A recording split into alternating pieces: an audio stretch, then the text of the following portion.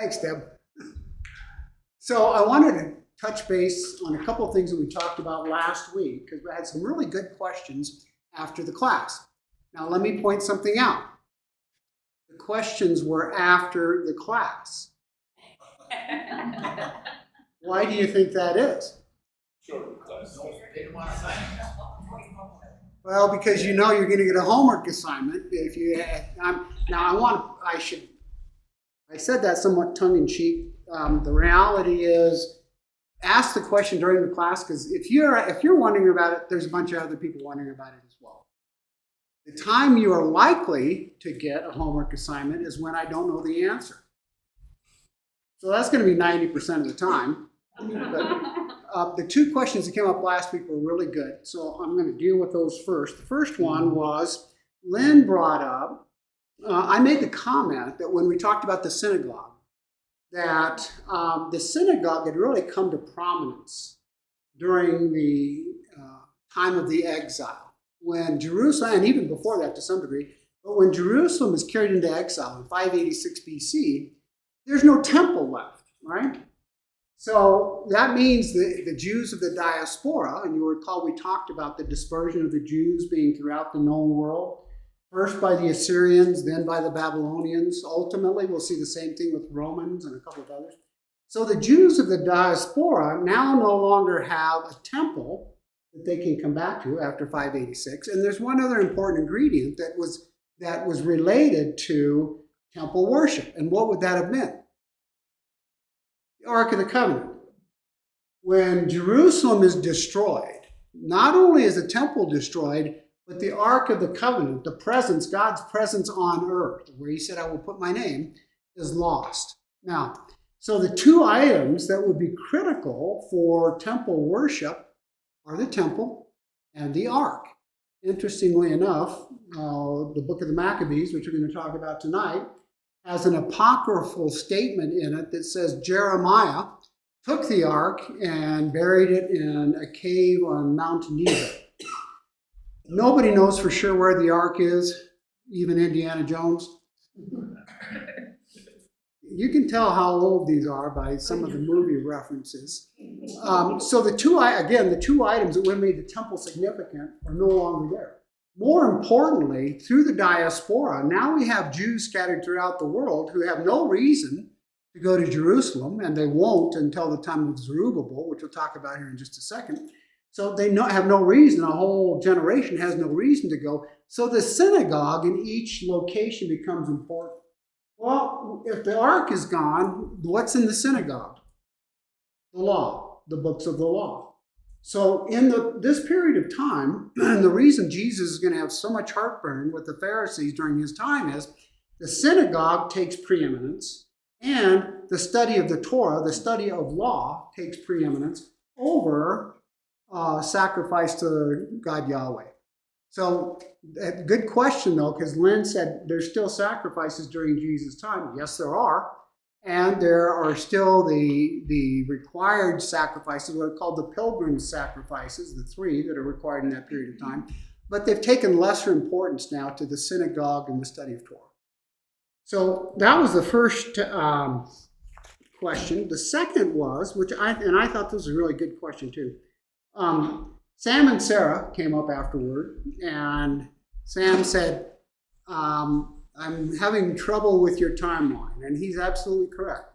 I made the statement last week that the Septuagint, and everybody recalls that the Septuagint was a Greek translation of the Hebrew Bible into Greek, the Hebrew Bible into Greek, so it's the Greek translation, about 250 BC. Well, if that's true, then how is it that we're going to study Maccabees tonight? They don't come around until 167. How are two books of the Maccabees included in the Septuagint of 250? Well, here's the reality. I thought it was a great question, but the reality is the Septuagint is most likely the first 5 books of the Hebrew Bible. The tradition was that 70 scholars, 70 rabbis came together and over a 70-day period, they translated the Hebrew Tanakh, the Tanakh being the Hebrew Bible, into Greek. Well, more likely they translated the 5 books of Moses. The remainder of the translation is going to take place over the next 200 years. The books that are added are going to take place over the next 200 years. So it's not until we get about to the time of Christ that we're going to have what I would call the final form of the Septuagint. Everybody following me? So it was a great question. It started in 250, and the reason for that is, boy, we're getting a lot of backing up a lot here. The reason for that is, and a term we've used before, is Hellenization. When Alexander the Great conquers the world, he says everybody's going to learn Greek, everybody's going to know Greek, everybody's going to follow the Greek faith, everybody's going to follow Greek society. When he does that, call it 323 or so, the known world becomes conversant, and the language of the day becomes Greek. By the time we get to 250, so we've gone through a couple of generations, by the time we get to 250, especially in Alexandria, Egypt, where the translation takes place, there's a good chance that we've got 2 or 3 generations now that no longer have Hebrew as their native tongue. If they do have Hebrew as their native tongue, Greek has become the more prominent language. That's why the translation takes place to begin with. So I thought my kudos to Sam and Sarah and Lynn, you need to go now.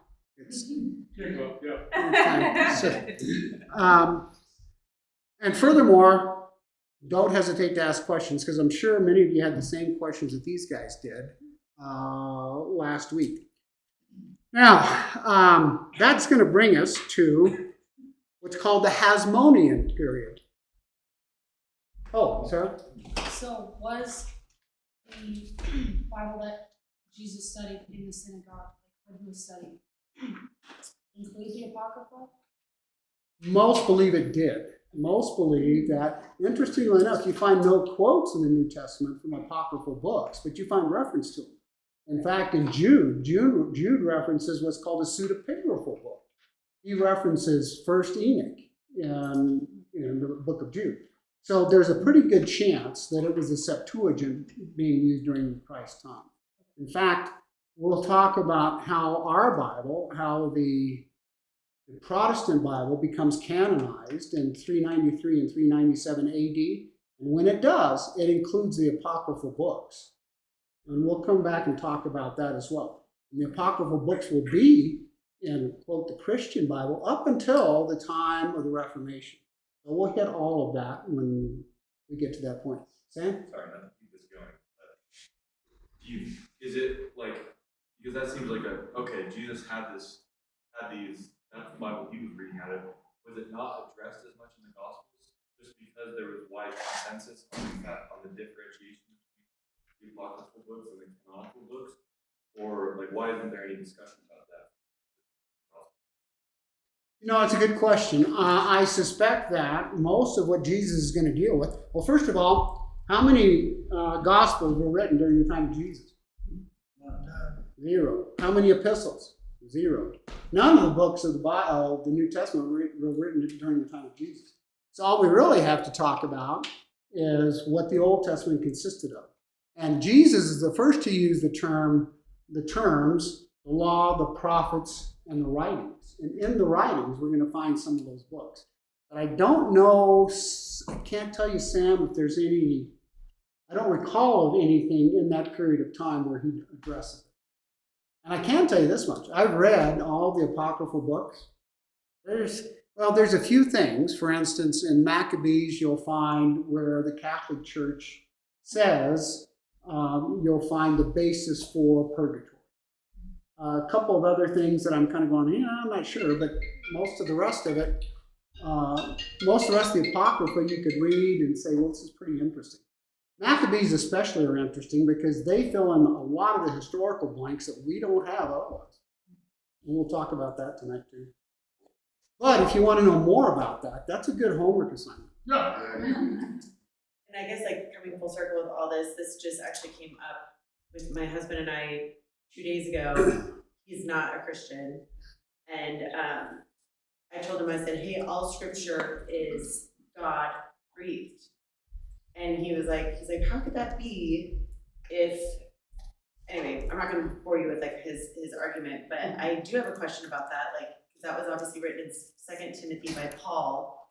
And to your point, the Gospels, you know, the letters of the epistles were just being written at that time. So when he says all scripture is God breathed, I've always looked at it as like the Bible is all scripture, but like, was he referencing other books other than the New Testament because those were technically written? Good question. Good question. First of all, one of the first things to do when you're trying to find biblical answers to biblical questions, first of all, go look at the book itself. And if you have a study Bible, that's probably where you want to go. You want to see when it was written and to whom it was written. That's the place you want to start. 2 Timothy is what's called a pastoral epistle because it's written to Timothy. The pastoral epistles are 1st and 2nd Timothy and Titus. They were Paul's understudies. So he was their pastor. 2 Timothy, probably written just before Paul is beheaded in, call it 65 or 66. So when he says all scripture is God breathed, he's not only talking about the Old Testament, he's talking about, by this time, the 4 Gospels, the 3 of the 4 Gospels are likely written, what are called the Synoptic Gospels. Most believe those were written had to have been written before 70 AD because none of them mention the fall of Jerusalem. The only one that isn't written, the only writings that Paul likely didn't have when he made that comment were Hebrews, 1st, 2nd, and 3rd John, and Revelation. Those had yet to be written. So the Gospels likely had been written with the exception of John. All of Paul's 13 letters, 2 Timothy is the last of his letters. And Peter in 2 Peter refers to Paul's writings. So 2 Peter already has it. And it has Paul's writings in that period of time. So when Paul says all, okay. It's not the ball game, all right? Okay. He's gonna call He's gonna beat you. So when Paul says that, he's literally true about all of the Old Testament and probably some of the what we would call non-canonical books, which we'll talk about, the Apocrypha, the writings of the Synoptic Gospels, which are Matthew, Mark, and Luke, all of Paul's epistles, Peter's epistles, Hebrews may not yet, but possibly. So the canon is pretty well completed by that point. Does that help? Very much. Thank you. I think it'll get clearer when we get to, we're going to spend some time on how the Bible became canonized, which canon is just a Greek word meaning, it's a rod. That's what canon means in Greek. And what the implication is, this is the standard by which all other things are judged. That help? Yes, thank you. All right. Now we're ready to start the Maccabees, who are not really the Maccabees. I know this is going to get it's not going to get complicated because we're going to make sure it's not. First of all, you want to start, if you have the notes, you're going to want to start on page 10 of the notes. And let's bring everything up to date. You have copies of all these slides, which you can probably see a little better. And we've gone back and forth to this slide several times. We're working our way down through the historical period. We started even earlier than the Persian period. We were back to the Assyrians and the Babylonians. We worked our way through the Persian period, the Greek or Macedonian period, which included the Egyptians and the Syrians. You remember our discussion of the Ptolemies and the Seleucids. And now we're in this period called the Maccabees, roughly 167 to 63 BC. So first of all, let's talk about our sources for this. During this period of time, or actually during Christ's time, there are half a dozen worldwide known historians or writers. The first of them is Josephus. We're going to come back to him in just a second. The second is Philo. Now, I'm going to describe Philo, and I want you to tell me something with this description, tell me something about him. Philo was an Alexandrian, Hellenistic Jew. What does that tell you? Egypt, Greek, and Jew. Egypt, Greek, and Jew. That's true. The important part of this is Hellenistic. In other words, you remember last week when we talked, Sarah, and we talked about how come there were people that supported the Greeks and people that didn't? And you said, why would they support the Greeks when they made them learn all these things, right? There was two branches of Judaism. There was the whole group of those who said the Greek way is the right way to go. Philo is one of those. He's considered one of the best writers and philosophers at the time, but he's from Alexandria, which is in Egypt, and he's Hellenistic, which means you're going to get a colored view from Philo of what's going on in society, colored towards the point of saying Hellenism is the way to go. Let me give you a couple of others. Tacitus was a Roman writer and historian, 56 to 120 AD. He writes, interestingly enough, about the crucifixion, not necessarily from the standpoint of saying this was God incarnate, but giving the facts of what crucifixion was like at the time. Pliny the Younger, another Roman historian, doesn't really address it much. So those are kind of the major historians, but we also find a whole lot about this period in two other sources. One is called the Talmud. The Babylonian Talmud was, and I'll bring in, I'm not going to bring the whole thing in because there are, I think, 28 volumes of it. It was the first Jewish, good job, Deb. How did you do that? First kind of Jewish commentary. And what it does, and that's one of the reasons that Jesus takes the Pharisees to task, the Talmud takes what was called the oral tradition. And when we talk about Pharisees, we're going to talk not about just the scripture. We're going to talk about the oral tradition, that they also said what should have been part of scripture. That's what the Talmud is going to be. The Talmud is going to talk about this period of time.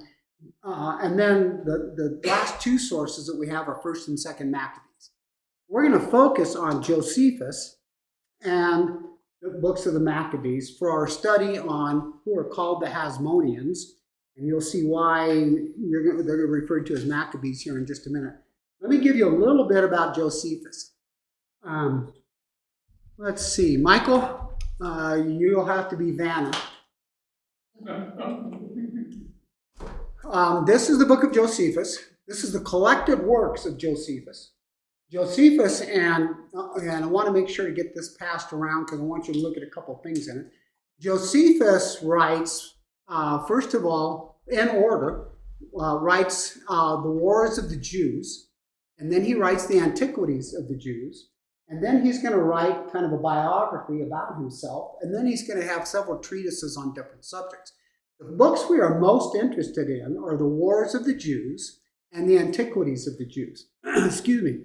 Josephus writes not too long after the crucifixion. He's born in 37 and lives to about 100 AD. So he's alive during the time of the apostles. He's writing, though. Remember, this is a devout, in fact, he's a Hasmonean, who we'll talk about tonight. And he's also the son of a Levite priest. So he's going to write from the perspective of trying to defend Judaism, first for the Romans, and then to somewhat degree against Christians. I want you guys, when you get a chance to open that book, I want you to look, I think it's on the 4th or 5th page of the index. You're going to see down at the bottom, it's going to quote sources that he used, and it's going to get how he had compared his writing to the text of the Old Testament. That's going to tell you the pages that it's on. So Josephus, who sometimes is criticized for being one way or another, either towards Roman or towards the Jews too much, Josephus is a pretty good historian in most people's rights of the way he depicts what goes on in those two books. We need to know a little bit more about Josephus as a person. First of all, he is a Jew. He will ultimately begin writing in behalf of the Romans, but before he does that, he's a general in the army of Israel during the revolt of 66 BC. We focus on the destruction of Jerusalem in 70 BC. But the reality is a revolt starts in 66 BC that will culminate in, first of all, the destruction of Jerusalem in 70 AD, and then Masada, the destruction of Masada in 73. I keep saying BC. 73 AD. So keep in mind, you need to understand what I mean, not what I say. So Josephus is general in the Israeli army, and he's put in charge of the area around Galilee. He's defeated, he's drummed by the general Vespasian. And at that point, he's convinced that nobody's going to be able to beat the Romans. So now he turns to be somewhat of a conciliatory voice with the Jews. He's going to try to convince the Jews, this is not going to turn out well. And he's right. At the same time, he predicts that Vespasian is going to ultimately become the Caesar, which is going to occur after the death of 5 more Caesars, including Nero. So Vespasian was a general. He thought that's never going to happen. Well, guess what? It does. When Vespasian becomes the emperor or the Caesar, Josephus is set free. It's at that time that he starts to write both the Jewish Wars, which he writes in 75 BC. I want you to think about that for just a second. And the Antiquities, which he writes in 94. Think about this for just a minute. It's very rare that you see histories written within such short period of time of, in this case, less than 5 years. If Jerusalem is destroyed in 70 and Masada in 73, and Josephus begins writing the Jewish Wars in 74, he's writing not just a history, he's writing, I was there. He's writing what. This is a quick aside because it's a great story. When I was, in high school, do you remember all the kind of World War II movies came out? Torah, and Midway, and all of those. So I thought my dad would be interested. I said, Dad, why don't we go see this? And he said, no, I was there. He knew exactly what occurred. Josephus is going to be in the same boat. Josephus has the ability to write about what's going to occur in that period of time because he was there. Josephus is going to use the book of the Maccabees in some cases as a source. So that's our first source is going to be Josephus. Here's our second. Mike, you get to do this again. Pick up that one right there. This is called the Jerusalem Bible. In this Bible, there is, and I want you to look again at the first couple of pages because it's going to give you all the list of the books. And interestingly enough, the Jerusalem Bible will have it, there'll be what's the word? No. Oh, you know, one of those little things. An asterisk, yes. In front of several books. You go down and read what it says, and the Jerusalem Bible is going to say many Bibles do not have these, and they're going to call them deuterocanonical. In other words, outside the canon books as part of the Bible. So when you get a chance, I want you to look at that as well. So first and second Maccabees are included in here. They're going to be the family that we're talking about tonight. There's actually a third and fourth Maccabees, but they were considered something called pseudepigraphal. I bet you guys can't wait till we get to the session on how the Bible became the Bible. We're going to talk about all these. The Maccabees probably began to be written somewhere between 100 and 110 BC. It can't be finalized, as Sam and Sarah pointed out, until probably 63 BC.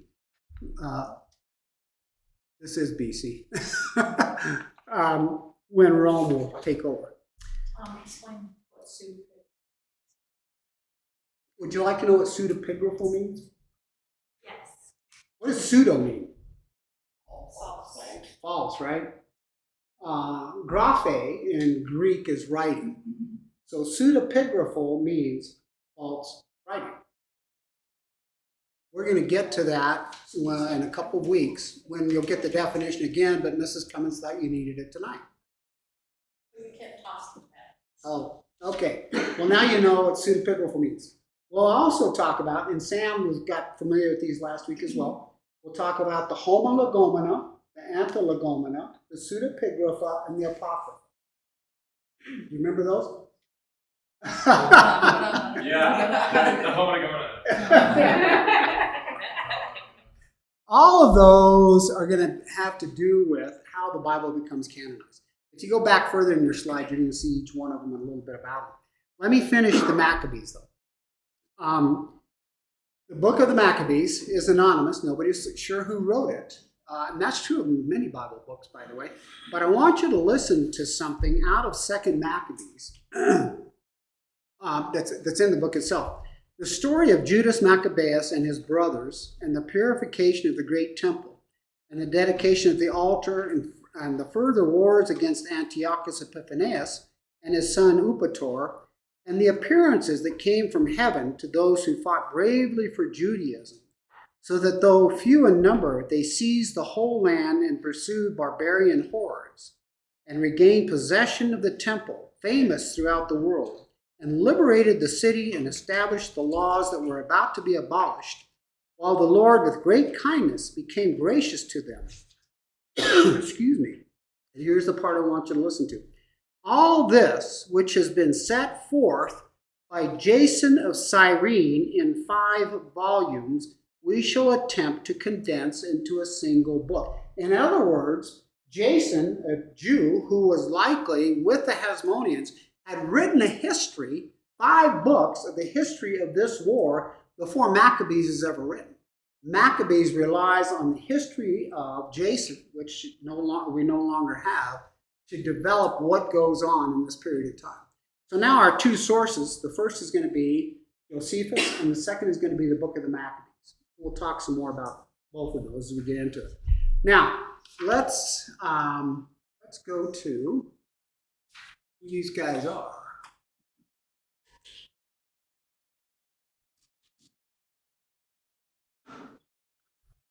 We have to go back a little bit to last week. Do you remember last week we talked about Antiochus IV, who was called Antiochus Epiphanes? And he goes into the temple and he desecrates the temple, and that's what starts the whole Maccabean revolt. So, turned out not to be a very smart decision, because that's going to start the popular uprising by the Maccabees. Now, they're often called the Hasmoneans. In fact, if you look on the slide here, the title up here, number 16, the Maccabees, that's my title. The real title is the Hasmonean dynasty. Well, you're probably thinking, who are the Hasmoneans and how do we get Maccabees out of it? I'm glad you asked the question. Hasmonea was a progenitor of Mattathias. Mattathias, you can see at the top, is going to be the first one to start all of this.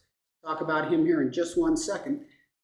He was from a priestly line of the clan of Joab in the tribe of Levi.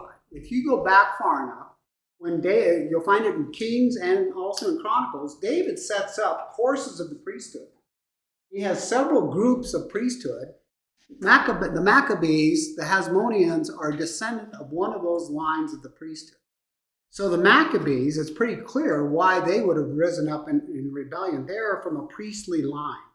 Now the rebellion is going to begin when Mattathias, the progenitor, you can see here, he's an aged member of the family. He refused to offer a pagan sacrifice in his birthplace, which was probably Lod, and then killed a Jew who had shown willingness to comply with the new Hellenization. So that's how the revolt is going to start. Now, again, last week Sarah asked a good question and made a good point about how come there were Jews that were Hellenized and there were Jews who remained filial to God Yahweh. And it was a pretty, I can't say even split, but it was a definite split. So there are Jews who have become Hellenized who have said, great, it's okay to sacrifice whatever you want to on the altars. Well, Mattathias says, no, it's not, and you're not going to do it here. That's what leads to the rebellion. And to escape retaliation, and at this point, keep in mind, who's still in control of things? The Seleucids, right? Everybody remember who the Seleucids are and why they're big in our show here? Seleucids are everybody in green. When Alexander the Great dies, his domain is split by 4 generals. The only 2 we really cared about were the Ptolemies, who are the yellow guys down here, and the green guys, who are the Seleucids. So at this time, the Seleucids are still in control. Mattathias has gone up against the Seleucids and he said, I'm not doing that. And he kills the Jew who was willing to comply at the time. To escape retaliation, Mattathias and 5 sons, they took to the hills near Gophna, which is south of Jerusalem. It's actually on one of your maps here, you'll see in a minute, with a number of other Jews, mostly those from the Hasidim. And you recall last week we talked about the Hasidim being what we would think of today as a Hasidic Jew. They were staunch Jewish supporters. They will become ultimately the Pharisees, which we'll get into as well. So the rebellion assumed kind of an aspect of class warfare due to the poorer elements of society joining against the ruling class, which would have been the Seleucids and Hellenized Jews. I want you to look at this family tree for a second. I want to point out a couple things here. We're going to focus on 3 of these guys. Mattathias gets it started, but he dies soon afterwards. And the revolt falls to 5 of his sons, 3 of which are killed relatively soon. So that leaves Simon, Judas, and Jonathan. We're going to focus on Simon, Judas, and John Hyrcanus the first, in our discussion because they're going to be the most important of the bunch. But I want you to note a couple of other things about this. If you're looking at your slide, you'll see the dates underneath the names. Those are not the dates they lived and died. Those are the dates that they would have been in power, or the dates that they would have been involved in the war. I want you to notice something else. Look down, all the way down in the bottom right-hand corner. What do you see?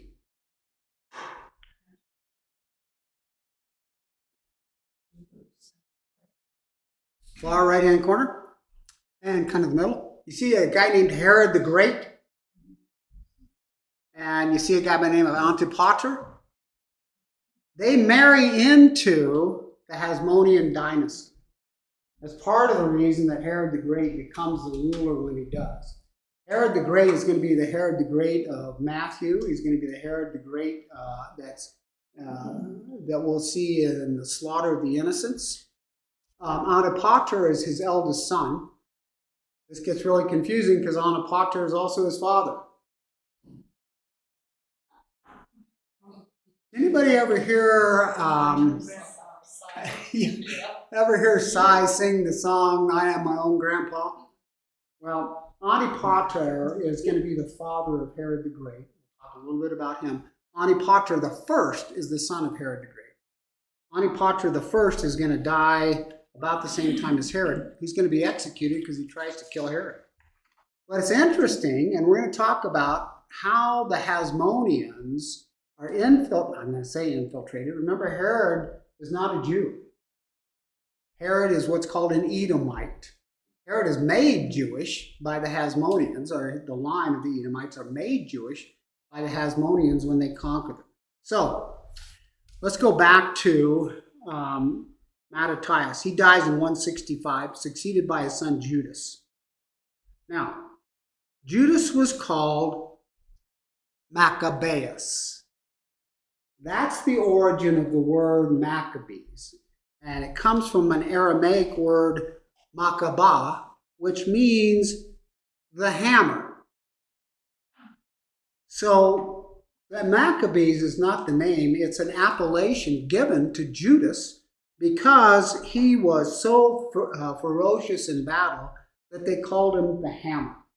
So the Maccabees are actually named after an Aramaic word, Maccabah, meaning the hammer. But you'll see it from now on. If you ask somebody who a Hasmonean was, they wouldn't know. But if you said, do you know anything about the Maccabees, they probably would. They're known pretty much as the Maccabees from this point on, primarily because of Judas.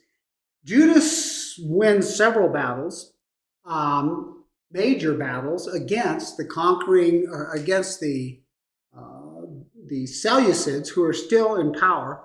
But the big one, the one that's going to change the course of the time, is he's going to defeat the Syrian, or remember last week we talked about Syrians also being the Seleucids, the Syrian general Lysias, who was the major general. in Antiochus's army. He's going to defeat him at the Battle of Bet Sur. And you can kind of see Bet Sur is, maps right here. So Lod is where the family originates. The major battle occurs here. And I want you to look at, we're going to come back to this, to see the kind of variation in colors here. This is not going to be, we're done on the night of the rebellion. This is going to take a period of about 40 years before it finally comes to fruition. So the battle occurs here, and Lysias brings 60,000 foot soldiers and 5,000 horsemen against Judas, who had 10,000. But Judas was, he may have been one of the first, I'm not sure, was well versed in guerrilla warfare. They know these mountains, the mountains that they're in, the foothills. They know them, and they're going to defeat them decisively at this battle.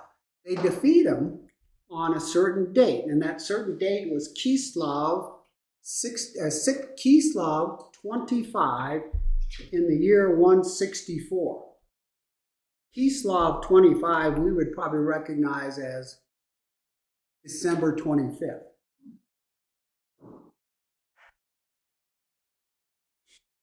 So Judas entered Jerusalem and restored the temple at that point. Remember, he's defeated the armies. He's gone back to Jerusalem. Remember what Antiochus had done. He had desecrated the temple.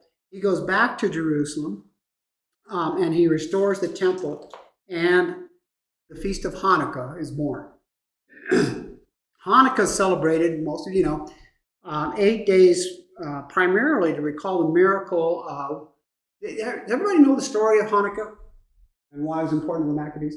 So when Judas goes in and he begins to set the temple up, the first thing they want to do is light the lampstand that was supposed to represent the light of Yahweh. So he wants to light up the lampstand. He can only find one cruse of oil. One cruse would basically light what's called a menorah, a 7-candlestick candelabra, would light that for one day. He takes that menorah, he cleans up the temple, sets up the menorah, lights the menorah with this one cruse. It's supposed to last one day. The cruse had enough for one day, but it lasted for 8 days, which they attributed to the miracle of God taking over the altar and the temple once again. This becomes the first new feast in the Jewish faith, which had previously been based on all the feasts of the Torah. If you go back and look at the Jewish feasts, there are only 2 that didn't occur during the Old Testament period of time. One is Hanukkah, and the second is the Feast of Purim. The Feast of Purim is going to be during the time of Esther. All the rest of them, and these feasts are recognized by the Jews from that point on. So the lights are kindled in the 7-branch candelabrum known as the menorah, and it becomes the symbol of the modern Jewish state. So Judas is the one who's going to start, well, his father's the one who starts it. Judas is the one who's going to prosecute the war. He's not going to last very long. In fact, I think we don't have to go back to this guy. I can't quite read the dates there, but 4 or 5 years before he's killed in battle. And that's going to take us to Simon. He's the second and the last surviving son of Mattathias, and he served the longest. Let's look at, that's going to be, you can see Simon on the left. In fact, everything else is going to be all of Simon's line, including Hyrcanus, Aristobulus, Hyrcanus II, Aristobulus II. The rest of this is going to be the line of Simon, primarily because Judas leaves no line and Jonathan is killed fairly early. The other 2 brothers are killed early, but we don't have much on them. So Simon is the one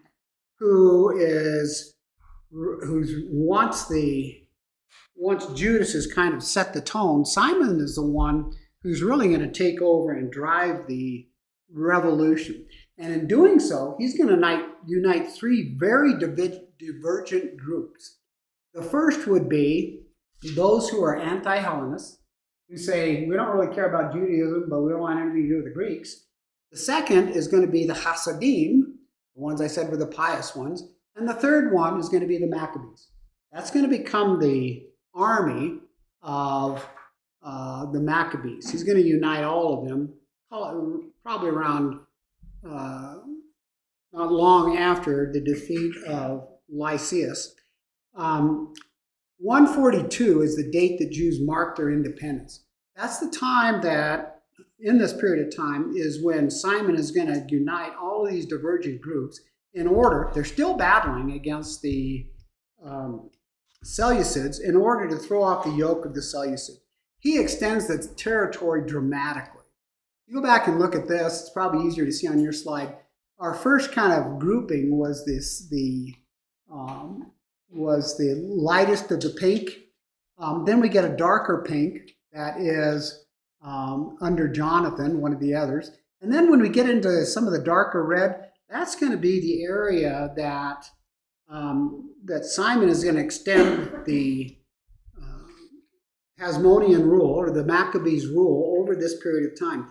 Now, he succeeded in getting formal independence from the Seleucid rule. He ousts the Seleucid commanders, and he secured freedom from the monarch.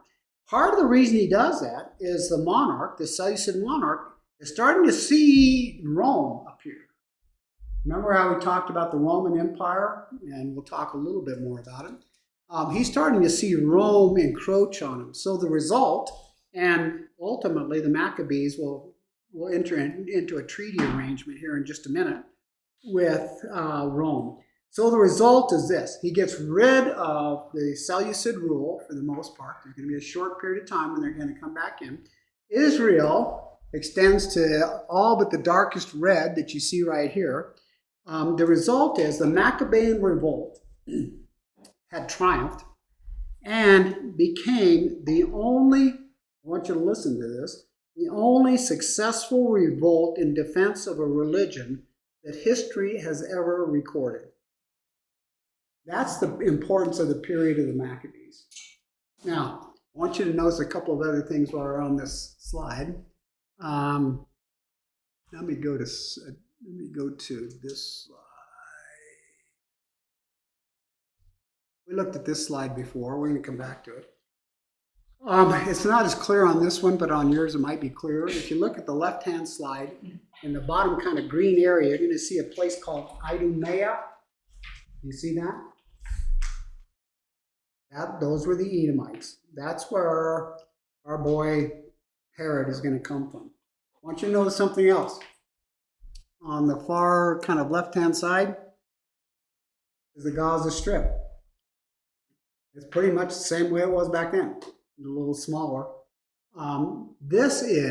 That map shows what the period of the Maccabees is going to be. On the right-hand side, this is a map of Israel during its greatest time, and that is the time of Saul, David, and Solomon.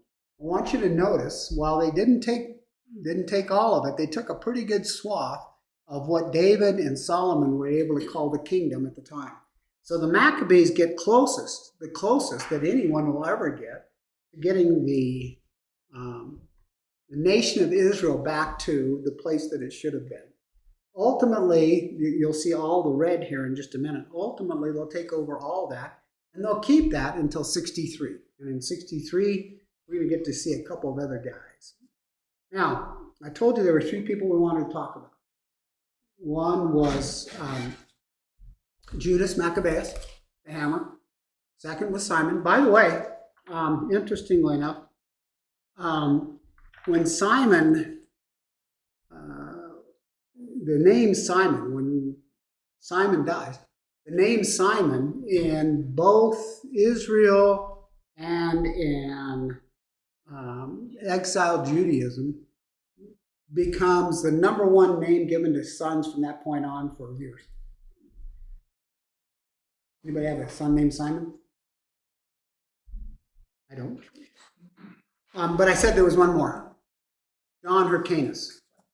Let's go back and look at Hyrcanus for a second.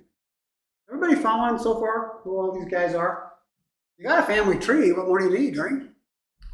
John Hyrcanus is the son of Simon. He is going to be the longest serving Maccabees of the bunch. Simon is going to be assassinated by his son-in-law. His son-in-law just happened to be a Ptolemy. So Simon's assassinated in 135 BC. The Seleucid monarch at the time, Antiochus VI, so we've still got some Seleucids, he will succeed in reconquering parts of Israel for a short period of time. It's going to be very short-lived. Well, Simon has a son, and his son is John Hyrcanus. So after Antiochus' death, this second Antiochus, 6 years later, John Hyrcanus takes over. He has the longest tenure of any of them, and he reasserts national independence. He does it primarily by developing a treaty with Rome. So John Hyrcanus is going to develop a treaty with Rome because on one side he's got the remainder of the Seleucids. On the other side, he has those Jews who are Hellenized that he wants to find somebody to help him work against these guys. So with Roman backing, John Hyrcanus extended the Judean Empire to Samaria, Galilee, and Idumea. So now you can see a lot of the big red blobs starting to show up. With Roman backing, he extends the empire. He destroyed Hellenized colonies in Samaria. Last week, you guys remember when we talked about how part of Hellenization and part of the Seleucids was they would go into Israel and set up Hellenized communities within Israel in order to kind of keep the Jews subjugated. In fact, we had a great slide on it. This guy right here. You remember seeing all the little red dots on the slide? Those were Hellenized communities. And if you look at them, they all have kind of Greek-sounding names. They were set up specifically to keep Jews in check by the Seleucids. Well, Hyrcanus is going to destroy all the Hellenized colonies in Samaria and the surrounding areas. Idumea, where the Edomites fled from the Arabs 4 centuries earlier, which we've talked about, found itself compelled to adopt the Jewish religion and accept forcible circumcision under John Hyrcanus. The way Herod will never be what's called a bloodline Jew. Herod will be a Jew by forced circumcision. He's going to be forced to join the Jewish faith. That's why Herod is never going to be held in very high esteem in Judah as he rules, nor will any of his sons. They are not Jews. They are Idumeans who are forced into the Jewish religion by forced circumcision. John Hyrcanus is the one who did that, and he strengthens the country into probably the most important military power that will be under the Maccabees. So based on the strength with Rome, Jewish settlements in the dispersion, or in the area that's around the world, became stronger and more vocal during John Hyrcanus' time. Gradually, Greek influence is going to reappear in some of the upper classes. In fact, we've got a guy's name here. You see a guy by the name of Aristobulus II. He's about halfway down on the tree here. Aristobulus II.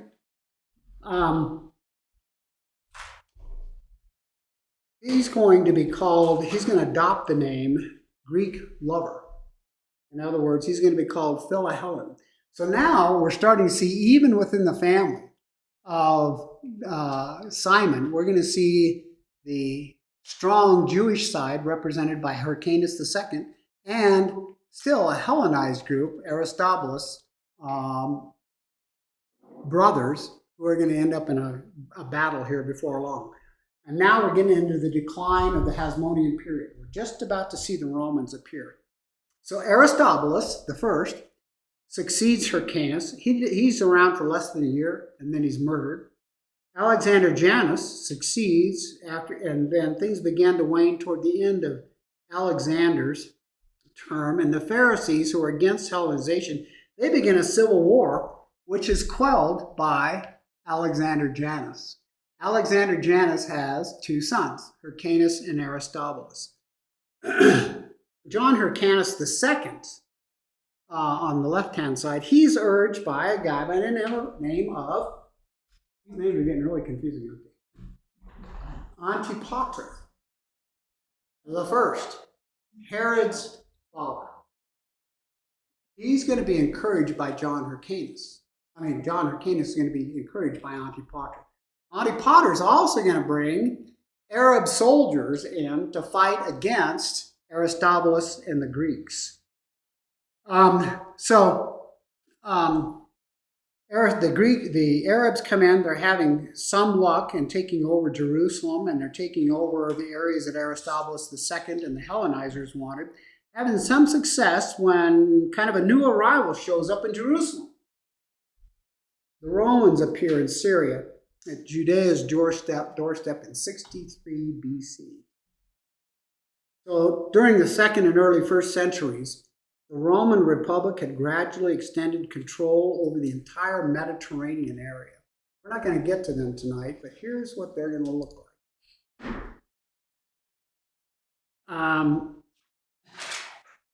So they've controlled just about everything in the Mediterranean, with the exception of Egypt. Egypt is shown here as part of their influence. That's not going to happen for another 60 years or so.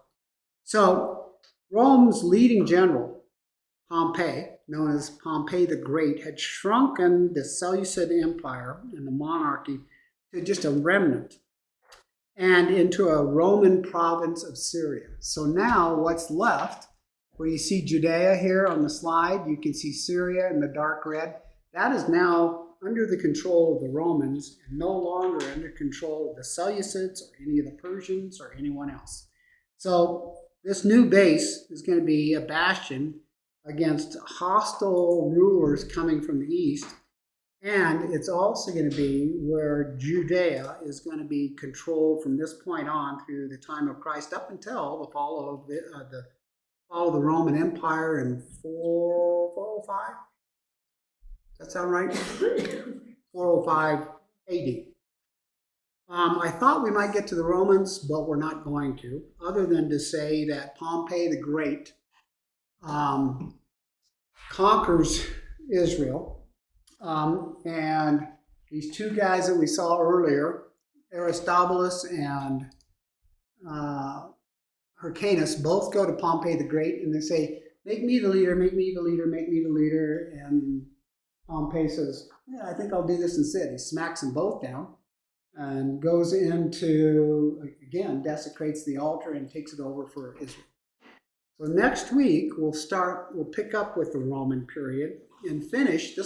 Next week should finish our historical period that we've talked about. Then we're going to talk about the different sects in Judaism at the time. Remember, we have talked about 3 different things that we're going to focus on. First was the history. We'll finish that next week with the Roman period. The second was the social classes or the sects, which are going to be the Pharisees, the Sadducees, the Herodians, the Essenes, the Zealots. We're going to talk about all those, because all those come into existence in this period of time. You see, I hope everybody's seeing how important the period of the Maccabees was to the time of Christ and what happens. Yet it's something we don't often study or spend much time in. That's why I thought it was important that we do it here. So next week, we'll finish with the Romans, and then we'll get into the period of these sects that Jesus is going to deal with throughout his time on earth. And then finally, we'll come back and we'll talk about the literature of the day, in which case we'll talk about, and Sam has these memorized, the homologoma, The Apocrypha, the Antigona, and the Suda. Yes! Well done. Questions, comments? Is that a whole lot? Is that too much? Do I need to slow down? It's a lot, but it's, you can understand it. So you're following. You're doing well. Well, I didn't want that. I want to know if you're You following. are, yeah, Track. yeah, Yeah. yeah, you deserve it. Well, thanks for the kudos. And in return, how would you like to do a closing prayer? Sure.